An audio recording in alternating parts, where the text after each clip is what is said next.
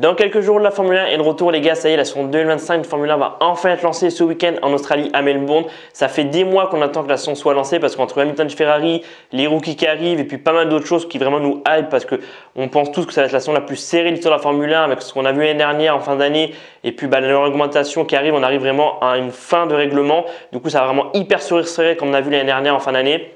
Donc il risque d'avoir 4 top teams qui vont se battre pour le titre, les victoires et tout. D'ailleurs, ça va aussi remonter. Peut-être que certains vont basculer sur 2026 assez rapidement, donc peut-être qu'ils vont monter dans la hiérarchie. Ouais, vraiment, cette saison 2025 s'annonce complètement démentielle. Et donc aujourd'hui, quelques jours avant que la saison commence, voilà mes pronostics pour la saison 2025 de Formule 1.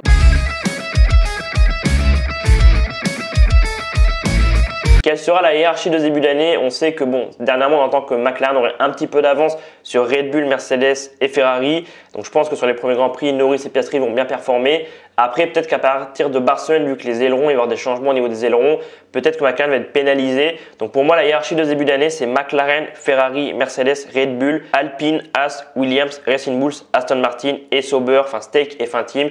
On verra dans quelques jours en Australie à Melbourne si la hiérarchie se confirme et ensuite sur les premiers Grands Prix.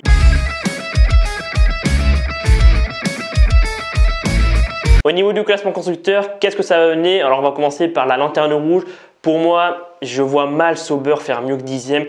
Je pense qu'ils feront quand même un peu mieux. Je pense que l'année dernière, on a vu quand ils ont apporté des évolutions sur les derniers Grands Prix. Je crois, je ne me trompe pas, c'est à Las Vegas qu'ils ont apporté des évolutions. Je crois que la course d'après, au Qatar, Joe a fini 8e et Bottas était 11e si je ne me trompe pas. Donc je pense que la Sauber sera meilleure que l'année dernière. On sait que Hülkenberg c'est un très bon pilote et s'il a une voiture capable d'acheter les points, il est à chercher. Bortoleto, il débute en Formule 1, donc je pense qu'il va lui falloir quelques courses pour un peu s'habituer. Comme tous les rookies qui débutent cette année, Bortoleto, il va lui falloir peut-être quelques Grands Prix pour se mettre dans le rythme de Hülkenberg et d'autres pilotes. Mais je pense qu'il pourrait aller chercher des points. Mais je pense qu'en vrai, Sauber marqueront plus de points. Mais pour moi, je ne les vois pas finir 9e. Je les vois finir 10e au classement constructeur. Ils vont très vite basculer sur 2026 avec le projet Audi. En 9e position, pour moi, c'est Aston Martin. Je pense qu'ils vont marquer moins de points que l'année dernière. Je ne sais plus combien de points ils avaient marqué l'année dernière, mais moins de 100 points, je crois qu'ils avaient marqué Aston Martin. Donc ouais, je pense que Alonso et Stroll, ça va être très compliqué. Alonso, il va falloir qu'il reste patient. On sait qu'Alonso, quand il y a une voiture vraiment inconduisible, qui n'est pas performante, très vite il peut s'énerver. Donc il faudra qu'il garde son calme pour motiver quand même les ingénieurs, que la confiance reste là. Et je pense qu'Alonso, il faut qu'il garde son calme parce que je pense que la voiture 2025 va être vraiment une merguez. Enfin être patient pour la voiture 2026. Je pense que 2026, avec les nouvelles usines que Lance Stroll a construit et le moteur Honda et tout qui va arriver. Donc ouais, pour moi, en 9e place, constructeur, ça sera Aston Martin. En 8e position, pour moi, ce sera Racing Bull. Je pense que ils vont marquer des points. Tsunoda, Hadjar, ils vont marquer des points. Mais ouais, ça va être une saison très compliquée. Je pense peut-être que je me trompe, peut-être qu'ils vont faire des meilleures performances que je pense, mais non, je pense que Racing Bull, ils vont finir 8e, voire peut-être 7e. En 7e position, pour moi, ça va être Williams. Je pense qu'ils vont faire une meilleure campagne que l'année dernière. L'année dernière, entre tous les crashs de Albon, Colapinto, Sargent, c'est l'écurie qui a cassé le plus de voitures l'année dernière. Ils ont vraiment la facture, elle était vraiment assez élevée l'année dernière. Pour moi, la saison 2025 de Williams, je pense qu'elle va être beaucoup mieux que 2024. Je pense qu'il va y avoir moins de casse. Ils ont deux pilotes expérimentés, Albon et Sainz. Sainz, il a gagné des victoires, il a fait des podiums et tout avec Ferrari. Il a quand même partout où il est passé, Sainz, il est arrivé à avoir du succès. Albon, c'est un très bon pilote aussi. Donc, je pense qu'ils ont quand même un duo très solide, un des meilleurs duos cette année en 2025. Vraiment, Albon et Sainz, j'ai hâte de voir ce que ça va donner parce que je pense que Williams, vraiment, a un duo excellent qui peut vraiment faire des belles performances. Si la Williams a le niveau, si la Williams est plus compétitive que l'année dernière, on a vu aussi Verno que Sainz était vraiment dans le rythme et tout. Même si je pense qu'il va lui falloir quelques courses pour vraiment bien se mettre dans le rythme et tout. Peut-être que Albon sera un peu devant en début de saison.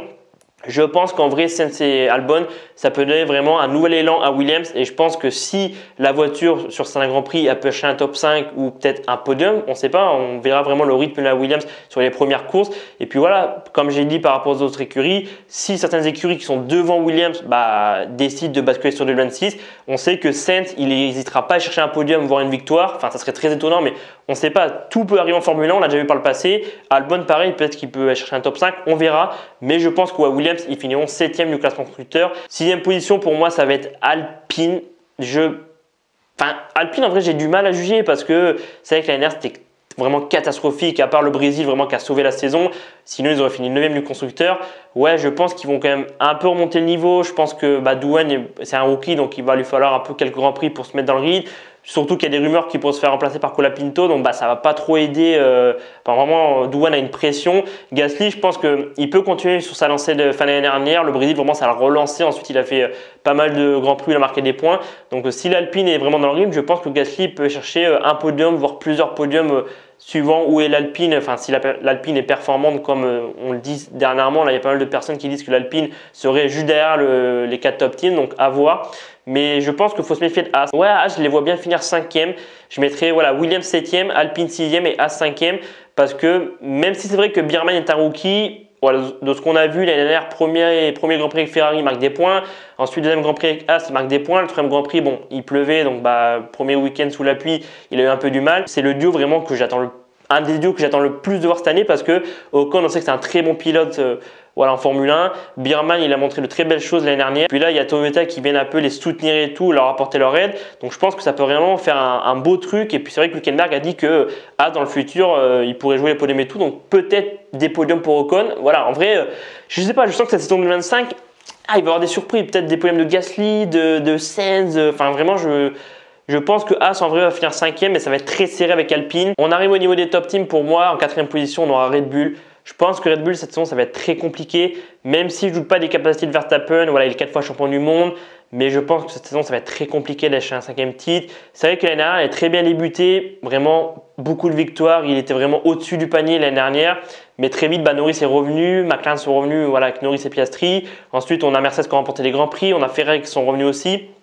Donc, je pense que Verstappen va remporter des grands prix. Mais je pense qu'il ne va pas remporter autant de grands prix que l'année dernière. Il va faire quelques podiums, il va faire des pôles. Mais ouais, je vois mal Red Bull aller chercher mieux que la 4e place. L'année dernière, ils ont fini 3e. Ferrari et McLaren étaient largement au-dessus. Et je pense que Mercedes vont justement être au-dessus. Parce que certes, Mercedes ont Antonelli, donc un rookie. Et Lawson, on peut un peu le juger comme un rookie, même s'il a 11 grands prix, si je ne me trompe pas, dans les pattes. Ça reste un débutant, il n'a pas autant d'expérience qu'un Russell, qu'un Verstappen, qu'un Leclerc, qu'un Hamilton et qu'un Norris et Piastri, tu vois, même si Piastri c'est sa 3e saison en Formule 1. Je pense que Lawson, de ce que je vois, j'ai un ressenti qu'il a plus le mental à gérer ça et à pouvoir aller chercher Verstappen. On verra ça au fil de la saison sur les premiers Grands Prix, mais aussi tout le reste de la saison. Et ouais, je sens que Lawson, il pourrait faire des surprises. Je pense qu'au niveau des 4 top teams, je pense que tous les pilotes vont remporter un Grand Prix. Peut-être que ça mettra plus de temps pour Lawson et Antonelli, mais ouais, je pense que Lawson, il va peut-être avoir un peu de mal. Mais en tout cas, je pense que Lawson, ça sera mieux que Perez. Je pense qu'il marquera plus de points que Perez, il sera plus présent. Et puis si vraiment la voiture peut être présente sur des Grands Prix, il sera, je pense, juste derrière Verstappen ou alors devant. Enfin, faudra voir. En 3e position pour moi des top teams cette année au classement des constructeurs, ça va être McLaren. Je pense que McLaren va faire un très bon début de saison. Je pense que Norris et Piastri vont être devant pendant peut-être 4-5 courses. Et ensuite, peut-être que certaines écuries vont remonter. Peut-être que McLaren, ils vont un peu basculer sur 2026. Ensuite, à partir de Barcelone, il y a les ailerons. Voilà, il y a un changement au niveau des ailerons et tout. Donc peut-être que McLaren, on sait que avec Ferrari, ils en feraient partie. Donc peut-être que ça va les pénaliser par rapport aux ailerons. Donc ouais, peut-être qu'on aura un nouveau championnat à partir de Barcelone. Et je pense que McLaren, ils vont très bien performer peut-être jusqu'à Barcelone. Et ensuite, ça va être un peu compliqué. Peut-être que Mercedes ou Ferrari vont repasser. Enfin voilà. En vrai, on peut faire pas mal de théories, mais je pense que à partir de Barcelone, peut-être même avant, peut-être que McLaren va peut-être avoir un peu de mal. Il faudra voir, mais je ne vois pas Norris champion du monde cette année. Je pense que peut-être plus 2026. Donc pour moi, McLaren vont être 3e du classement constructeur. Je pense que Norris et Piastri vont acheter des podiums, des pôles, des victoires. Mais pour moi, McLaren 3e du classement constructeur en 2025. En seconde position, pour moi, c'est Mercedes. Et je sais que ça peut surprendre, mais je pense que même si Anthony, c'est un rookie, il est quand même très bien préparé. Il a fait, je crois, plus de 10 000 km. Ça fait la distance de 33 Grands Prix, si je ne me trompe pas. Ils ont dit Canal+, il y a quelques jours. Donc, je pense qu'Antonelli, moi, j'y crois. Je pense qu'il va mettre un peu du temps à se mettre dans le ring. Peut-être qu'il y a des week-ends, comme on dit certains membres de Mercedes, ça va être plus compliqué, il va casser des voitures. Mais je pense qu'il va aller chercher des pôles, des podiums et des victoires. Peut-être pas 4 victoires, mais au moins une victoire. Russell, je pense que ça va être l'année où il va vraiment démontrer qu'il a les capacités d'un champion du monde. Et je pense que Anthony, une fois qu'il aura démarré, je pense que Mercedes, ils vont peut-être être un peu mieux sur la seconde partie de saison. Enfin, je sais pas, en vrai, c'est mes théories. Donc, pour moi, Mercedes, seconde du classement constructeur en 2025. Et en première position, vous en doutez, c'est Ferrari, pour moi, qui va être champion constructeur.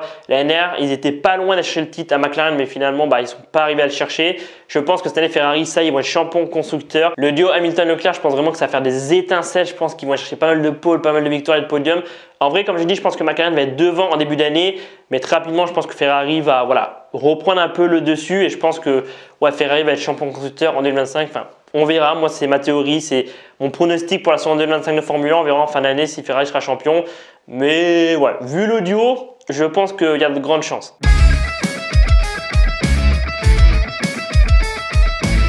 Qui sera le champion de 2025 de Formule 1? Je pense que ça va être très serré en 2025. Comme j'ai dit, je pense que McLaren va être devant en début d'année, mais je pense que Mercedes et Ferrari vont reprendre le dessus. Et pour moi, je vais commencer évidemment par le haut du classement. En première position, pour moi, c'est Charles Leclerc. Pour moi, c'est obligé. Charles Leclerc, enfin, je sens que Charles Leclerc va être champion 2025 de Formule 1. Peut-être que je me trompe, peut-être qu'en fin d'année, ce sera Russell, Norris, Piastri, voire Verstappen une 5e fois. Mais je trouve qu'en ce moment, en fait, même si j'adore Hamilton, c'est un de mes pilotes préférés en Formule 1, je trouve qu'en fait, Leclerc n'a pas beaucoup de pression parce qu'en fait, le transfert d'Hamilton, en ce moment, on parle tous d'Hamilton. Hamilton a quand même une petite pression, de bien performer, peut-être d'essayer d'acheter un 8e titre et devenir le plus grand pilote de l'histoire de la Formule 1. Et du coup, on parle pas trop de Charles Leclerc. Et j'ai l'impression que du coup, ça lui enlève un poids. C'est vrai que l'année dernière, il a fait sa meilleure campagne en Formule 1 depuis qu'il est arrivé en 2018. Donc, je pense que Leclerc, il n'a pas énorme de pression. Tout le monde parle d'Hamilton et justement, on oublie qu'il y a Charles Leclerc à côté. En vrai, tu as l'impression qu'en ce moment, il n'y a que Hamilton, il n'y a qu'une voiture chez Ferrari. Alors que non, les gars, il y a Charles Leclerc. L'année dernière, il a fait sa meilleure campagne de Formule 1. Si Ferrari sont aussi compétitifs que l'année dernière, je pense que Charles Leclerc, il va largement chercher le titre. J'aimerais bien qu'Hamilton achète un 8e titre parce que vraiment, j'adorais qu'il achète un 8e titre. J'ai été dégoûté qu'il perde le 8e titre en 2021 face à Verstappen. Donc évidemment, j'aimerais qu'Hamilton gagne un 8e titre. Et puis voilà, avec Ferrari, il aurait gagné avec McLaren, avec Mercedes et avec Ferrari. Et voilà, il peut prendre sa retraite. Il a gagné avec les 3 écuries qu'il a roulé en Formule 1. Ça serait incroyable, mais je pense que je vois plus 2026 pour Hamilton. Peut-être que je me trompe, peut-être qu'il va être champion du monde cette année. Mais ouais, en vrai, je pense que Charles Leclerc a beaucoup moins de pression. On en parle beaucoup moins et je pense que justement, peut-être que ça peut l'aider à chercher son premier titre en Formule 1. On verra. Donc pour moi, Charles Leclerc est champion cette année. On verra en fin d'année si j'ai raison. Actuellement, à l'écran, vous voyez le classement pilote pour la saison 2025. Enfin, mon pronostic pour la saison 2025 au niveau du classement pilote. Je pense que Leclerc sera champion en fin d'année. Il ira donc chercher son premier titre avec Ferrari et permettra donc à Ferrari de remporter son premier titre pilote depuis Räikkönen en 2007. Ensuite, le vice-champion, pour moi, ce sera Russell. Je pense que Russell va faire une saison, peut-être un début de saison compliqué, mais ensuite, la seconde partie sera mieux pour Mercedes. 3e position, je mets Hamilton, ensuite Norris, Verstappen, Piastri, Antonelli, Ocon, Lawson, Gasly, Birman, Sainz, Adjar, Tsunoda, Albon, Hülkenberg. Colapinto, je le mets dans le classement parce que je pense que Briatore, Colapinto lui a tapé dans l'œil l'année dernière, il a signé Colapinto chez Alpine, donc je pense qu'à un moment donné, Doohan va se faire remplacer. Voilà, on sait que c'est quasiment acté que Doohan, même si je pense qu'il va faire des belles performances, il ne va pas rester tout le long de la saison. Donc moi, Colapinto, je le mets 17e du classement pilote. Alonso 18e, Bortoleto 19e, Stroll 20e et Doohan en 21e position. Je pense que tous les pilotes vont marquer des points, mais pour moi, c'est le classement pilote. Enfin, c'est comme ça que je le vois en fin d'année. On verra en fin d'année si j'ai raison, si Leclerc sera champion et si Russell sera vice-champion 2025 de Formule 1. Voilà donc mes pronostics pour la saison 2025 de Formule 1 qui commence dans quelques jours ce week-end en Australie à Melbourne. Vraiment, vous ne pouvez pas savoir à quel point j'ai hâte. Je pense que je ne suis pas le seul. Vraiment, on a hâte de voir ce que ça va donner Hamilton chez Ferrari, de voir tous les rookies, enfin vraiment de voir qui va être champion. Est-ce que vraiment on va voir la saison de Formule 1 la plus serrée de l'histoire avant la nouvelle réglementation en 2026? Je pense que personne n'est prêt pour cette saison. L'année dernière, déjà on a une saison fou avec plusieurs vainqueurs, avec pas mal de surprises, des fois des grands prix, avec notamment le double podium d'Alpine au Brésil. Ouais, je pense qu'en vrai, cette saison, on va vraiment être très surpris. Je pense que avoir la nouvelle réglementation, mais ouais, ça va être hyper serré. Peut-être qu'on va avoir des podiums de Haas, de Alpine. Enfin, en vrai, on ne sait pas trop ce que ça va donner, mais vraiment, j'ai hâte de savoir ce que ça va donner. Dites-moi en commentaire, vous, vos pronostics pour la saison 2025 de Formule 1. Est-ce que vous pensez que Leclerc, comment va être champion et donc acheter son premier titre et roffrir le titre pilote à Ferrari? Ou est-ce que vous pensez que ça va être Hamilton qui va acheter son 8e titre ou peut-être Piastri, Norris? Enfin voilà, dites-moi ça en commentaire, vos pronostics par rapport à la saison 2025 de Formule 1. Et moi les gars, je vous dis à dans quelques jours pour de nouvelles vidéos. C'était Alban. Prenez soin de vous les gars. À très vite.